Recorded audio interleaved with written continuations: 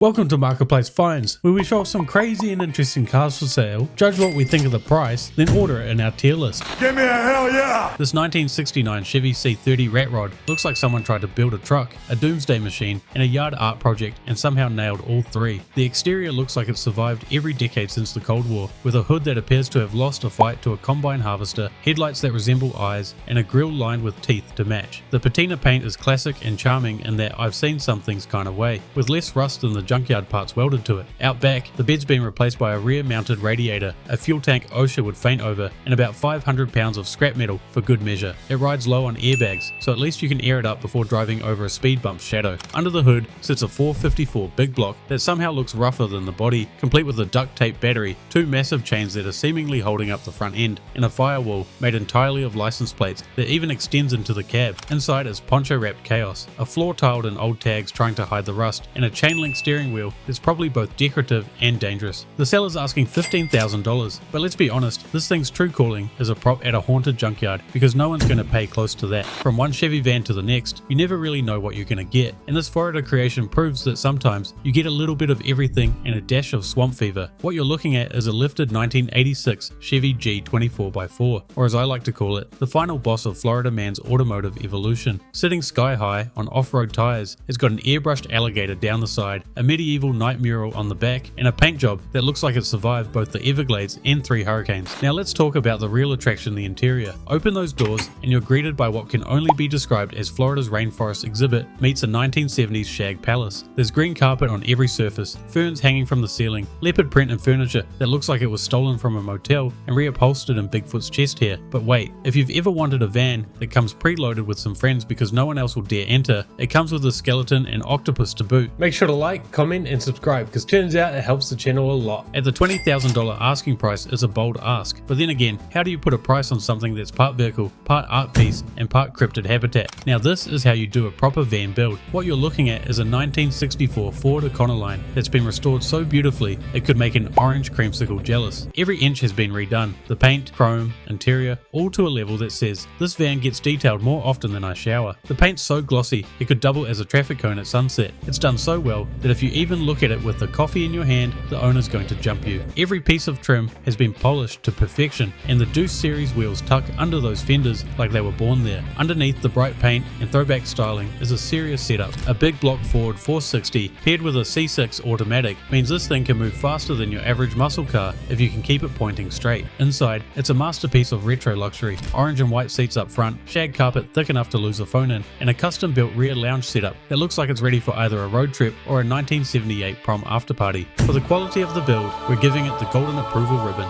The seller is asking for $38,500, which seems fair considering most vans from this era either smell like bong water or diesel fumes. Now this is the final boss of every Mountain Dew joke we've ever made. We've roasted plenty of rides that looked like they were owned by people who drink Code Red for breakfast, but here is the actual king. It's a 1992 Chevy P30 that's been slammed so low it's practically marinating in grass clippings. The Mountain Dew livery looks straight out of a 1990s gas station cooler, complete with the old "it'll tickle your innards" slogan, which sounds less like a beverage ad and more like a medical warning. Inside, it's got red seats and a full lounge setup, and surprisingly, the seats and back area all look great. The seller initially wanted $39,500, so about the cost of every Dew Baja Blast you've ever seen spilled in a Walmart parking lot, but it ended up selling for $33,500. It better come fully stocked on purchase. If you ever wondered what would happen if a regular Corvette got addicted to LED lighting, this is your answer. This C8 looks less like a sports car and more like a nightclub that accidentally learned how to drive. I mean, come on, at some point the owner has to run out of budget for lighting. It's got so much you could probably use it to perform emergency roadside surgery. The doors of course open sky high, as if the lighting didn't attract enough attention, but to be honest, I think they fit. The seller claims there's almost $100,000 in aftermarket work, which I'd believe as this car has clearly been touched by more hands than a gas station debit terminal. But it does come with some good mods too, such as a full titanium exhaust and even nitrous. Yes, you heard that right. This maniac added nitrous to this beast, and it works too. Those bottles aren't in the back for the looks. Inside, it's all business and a pretty much stock interior, minus a few extra gauges and buttons. The seller is looking for a huge $110,000, and even though it's got some good mods and clean work, I just can't see it selling for $30,000 more than a new one. Get her done. This poor 1991 Ford F-150 looks like the ghost of a country song that never made it to radio. Once proudly galloping into sunsets with its herd of airbrushed stallions, it's now stuck in the parking pasture. Literally, the paint still screams running wild, but the body says ran out of luck. Every brushstroke of those horses deserves a better fate than sitting next to hay bales in heartbreak. It's honestly tragic this truck used to thunder down dirt roads. Now it's just neighing softly for parts on Facebook Marketplace. Okay, enough horsing around onto the next car. Here we have the 2015 Dodge Challenger limo, because who doesn't want a two-door burnout machine stretched into something that could legally host a bachelorette party and a midlife crisis at the same time? Painted in everyone's favorite rental white, and the doors of course are gull wings, because nothing says subtle luxury like climbing into your limo through a set of wings shaped like optimism. It's still rocking that aggressive Dodge front end, but to my absolute surprise, under the hood isn't one of the big V8 Hemis. Instead, we're talking the 3.6 V6, as if carrying an extra 2,000 pounds in extension wouldn't be a struggle enough. It's got to carry an extra 2,000 pounds in people too. Inside, I'm honestly pleasantly surprised. It's definitely not the color schemes I would have picked, but credit where it's due. The seats look comfortable, and the bar is finally halfway decent. For the $51,000 asking price, you can own the world's fastest looking but slowest moving limousine. This 2012 Ford Focus is what happens when someone looks at a somewhat sporty commuter car and wants to impress ladies in their local Walmart car park. It's been radically customized, which in this case means every part of the car has been touched by a man with too much free time and wrap. It's got the typical Chinesian fake fenders, but at least the carbon hood is apparently real and not just a carbon wrap. Inside, it's all black and blue, or the same color as what the owner will be after his dad realizes he bought all these mods on their credit card. Even the handbrake and automatic shifter surround got the wrap treatment, just to make sure your hand knows this car is faster in spirit than in reality. The seller says it's a big hit at car shows, and I'm just thankful I don't attend whatever meets would call a car like this a big hit. They are asking for $6,500, and you might think that's not too bad until you read the seller's description and realize it's got a rebuilt title and that it hasn't been fully repaired. From the outside, this 2004 Nissan G35 looks like it's been wrapped by a guy who just discovered there's more than 3 shapes. The seller says the first owner was an elderly woman, which is wild because the second owner clearly drove it straight into a Need for Speed loading screen. The full purple wrap, yellow headlights, and wings so big it probably messes with satellite signals all scream my personality is vape clouds. It's sitting on air suspension because nothing says performance like dropping your car lower than your self-esteem when someone calls it a Nissan. The rims are a nice choice, and you can see the faded e-girl pink calipers behind them for added flair. Under the hood, it's got the good old VQ V6 with the classic hot air intake for the sweet 2 horsepower gain and epic induction noises. Inside, it's all stock, meaning you get the same grey leather your aunt's FX35 had, but I do have to say it's extremely clean. It does however reveal this one isn't automatic, which is honestly surprising given the rest of the mods. The seller is after $9,000, and although I have to say the work is done cleanly, I just think no G35 is worth that much, given it's probably got one of those pops and bangs tune. At first I was super confused on what was going on with this 2012 CTS-V, as the seller made no mention of its previous job. On the outside, the once luxurious super wagon that could drop the kids off at school faster than most Ferraris now looks like it's been built to drive through walls. What I thought was a body kit seems more like half of the car has been covered in bed liner, but then you've got random stuff such as the metal bumper bar and the giant roll cage surrounding the car. The top literally looks like some sort of turret. It's supposed to be mounted through the sunroof like a fast version of a Humvee, but after seeing the controls and seat in the trunk, it all begins to make sense that this was some sort of camera car. It would definitely explain the half stripper pole mounted in the back seats, but it definitely doesn't explain why they upgraded the supercharger, diff, axles, unless this thing was filming stuff on a drag strip. As for the asking price, they're after $45,000, which even without all the random extra stuff is already a good price, especially given the drivetrain upgrades. This 1966 Dodge A100 is exactly what happens when a van gets possessed by a meth-fueled jack-o'-lantern. It's wearing a full set of plywood dentures up front, screaming "buy me" through the windshield like a Craigslist hostage note, and sitting on red wheels that look like they were painted by someone with a leaf blower instead of a spray gun. It's got that perfect unrestored barn find vibe if the barn was on fire and the insurance company refused the claim. The faded green paint is flaking hard, and the body's got more waves than a 70s surfer movie, but it does have something going for it, because Unpictured has apparently got a 360 stroker powering it with a fair few additional goodies. Unfortunately for the owner, their pricing was initially insane, asking for a ridiculous $25,000. Then after a few weeks, they dropped it down to $16,000.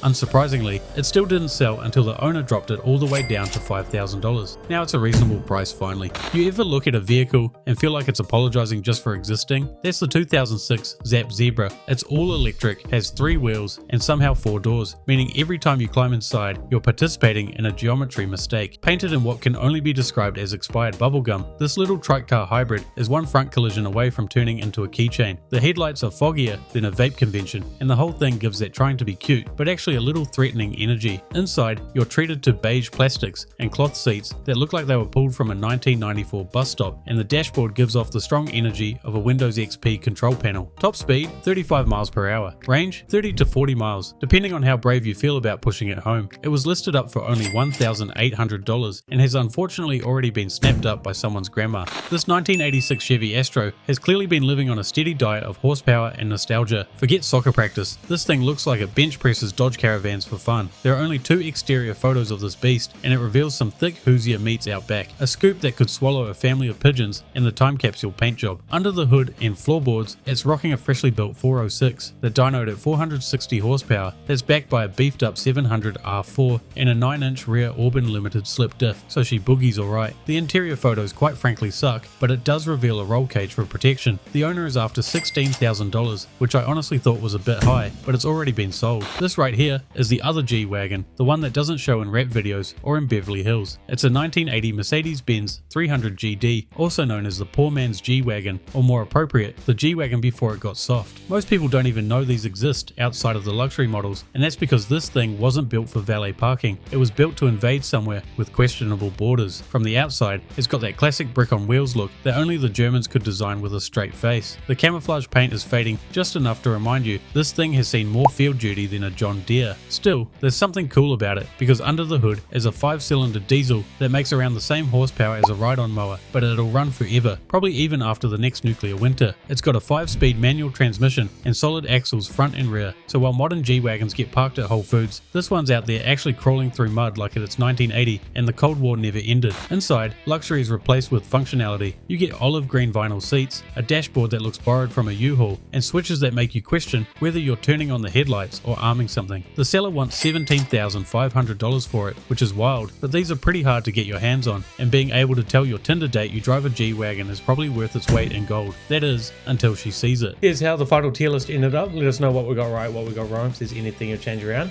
Otherwise, thanks for watching. Make sure to like and subscribe, and I'll see you guys in the next episode.